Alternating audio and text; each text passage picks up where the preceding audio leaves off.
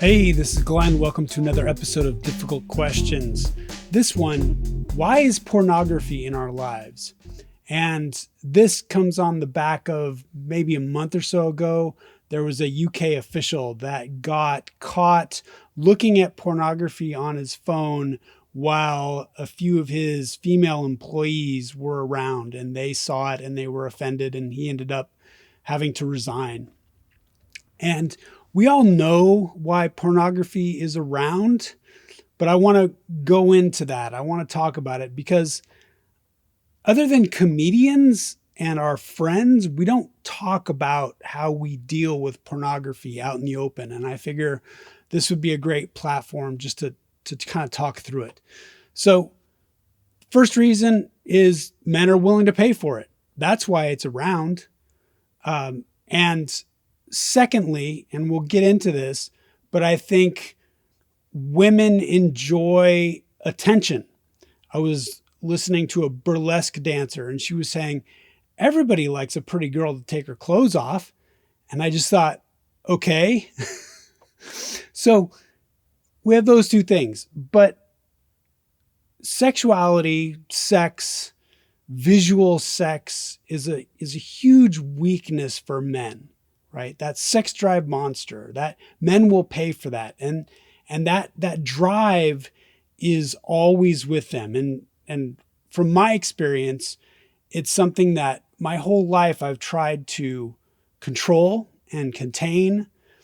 And it's always, I call it a sex drive monster because it's always there, even when I don't want it to be there. So for men that aren't as neurotic at trying to control their sex drive monster, I think that pornography is an option that where men will pay for it so women can make a living at it. Women can make a good living at it. And especially if you take the danger away from it, or if you take the male producers away for it in this online culture where a woman can control her own environment and make her own money producing her own pornography for men, that can be very lucrative. So we've seen this thing. I'm old, I'm 48, and I started with going to look at my dad's Playboys in the garage. He got Playboy while he was in Vietnam, and they were in a stack, and I found them, and I'd sneak out there.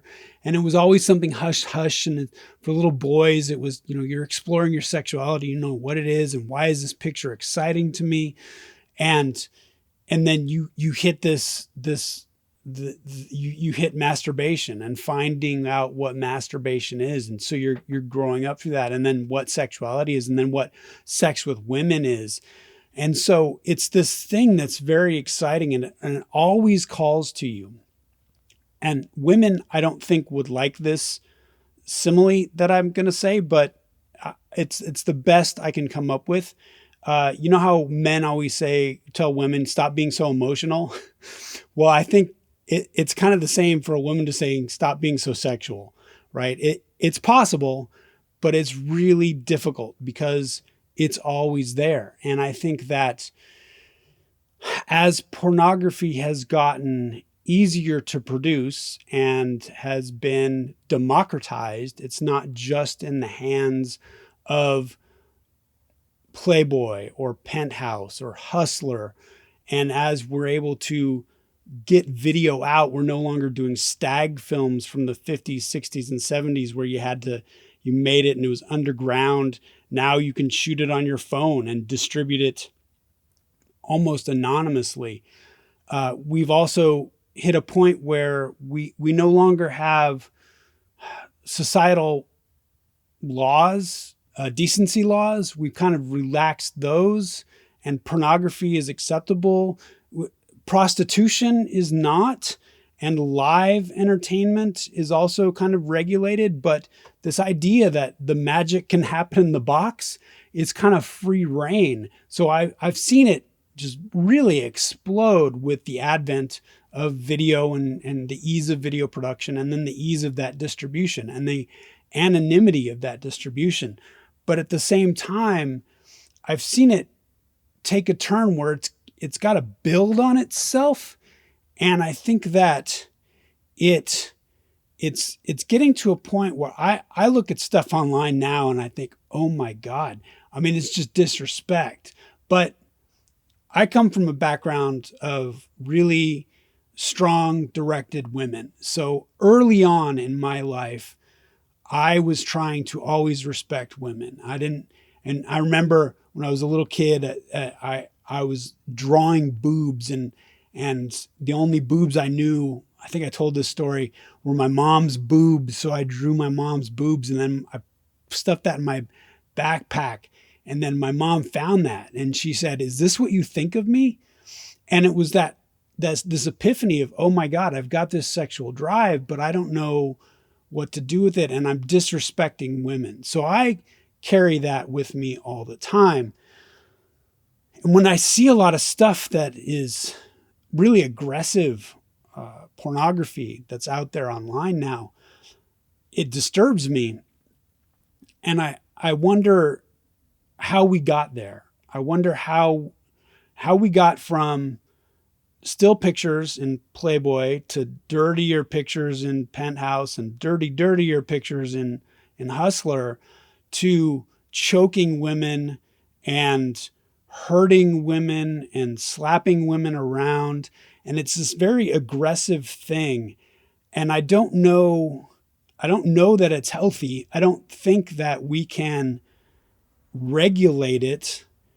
But I wonder what's going on, because it seems to be aggression. And I know men, there's this thing with men, it's sexuality and aggression. And the two should not, in my mind, conflate. But again, I'm pretty sexually conservative, because I've got this idea of how I should respect women. And so that's always just in front of me. Even if I remember I had a partner once that wanted me to spank her. It's like, what are you talking about? That's abuse, right?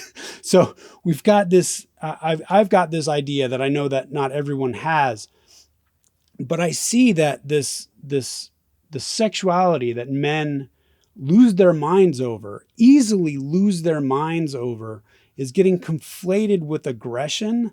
And it's popping up a lot.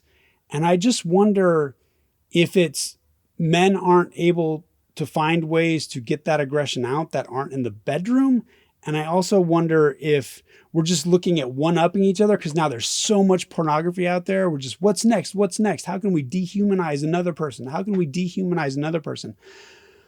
I also wonder if people just don't have the social skills. Men don't have the social skills to talk to women, or they're getting turned down. So then they're turning to this anger pornography where women are just being disrespected. And then I'm looking at this stuff and I think, how much are these women getting paid to be treated like this?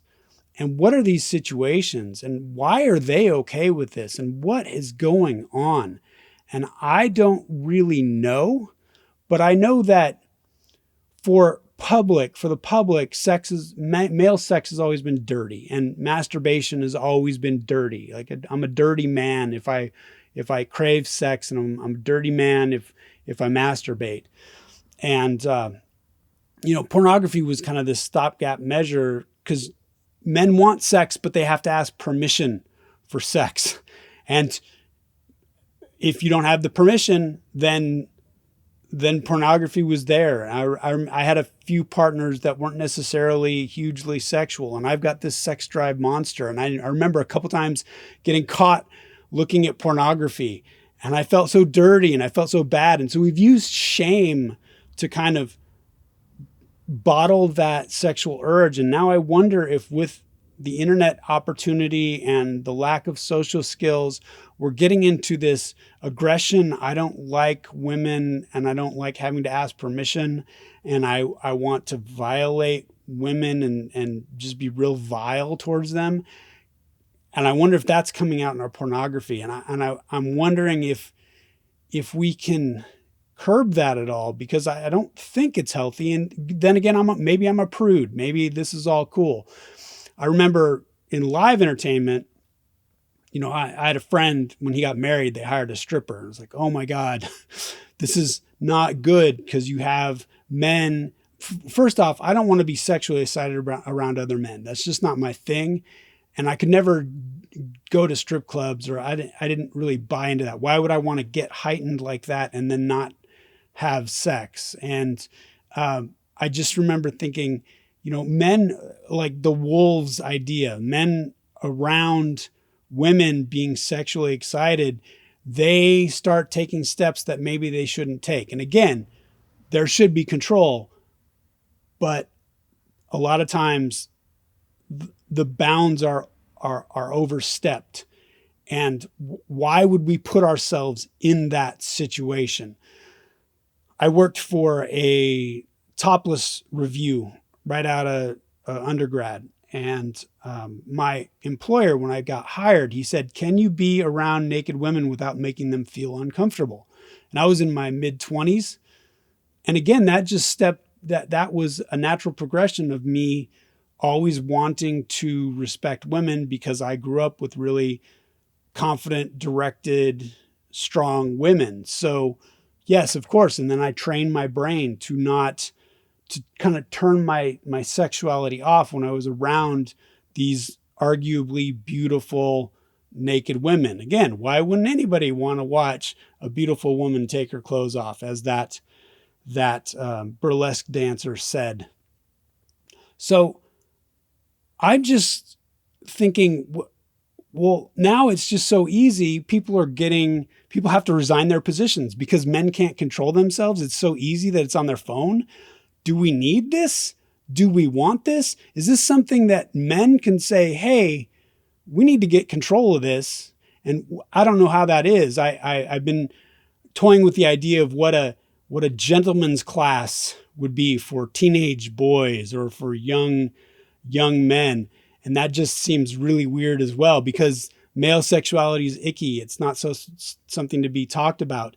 And even though it's liberating for women that are in it, that can make money, that are pretty girls taking their clothes off, that's always a threat to the relationship that another man is in. So you talk about, I was doing research on this, and there's all this porn addiction talk now. I'm addicted to porn. I was addicted to porn. And sure, why are you addicted to porn? Why is it a thing? My dad had these Playboys. Was he addicted to porn? I think when he was in Vietnam, he was looking at it. I don't know how much he took it out when he was married. I was taking it out because I was a son. I was young. I was like, ooh, what's this? And I was doing things that naughty little nasty boys do, right? Because that's what we have to control it, shame. And I wonder if instead of shame, we can start having, and instead of just comedians talking about it, we can have this open dialogue and try and nail this down. Because I sure as heck don't want aggression to conflate with sexuality. I don't think that's very good for women and for the women's equality, women's rights, women's safety. And men make bad choices when they get sexually excited.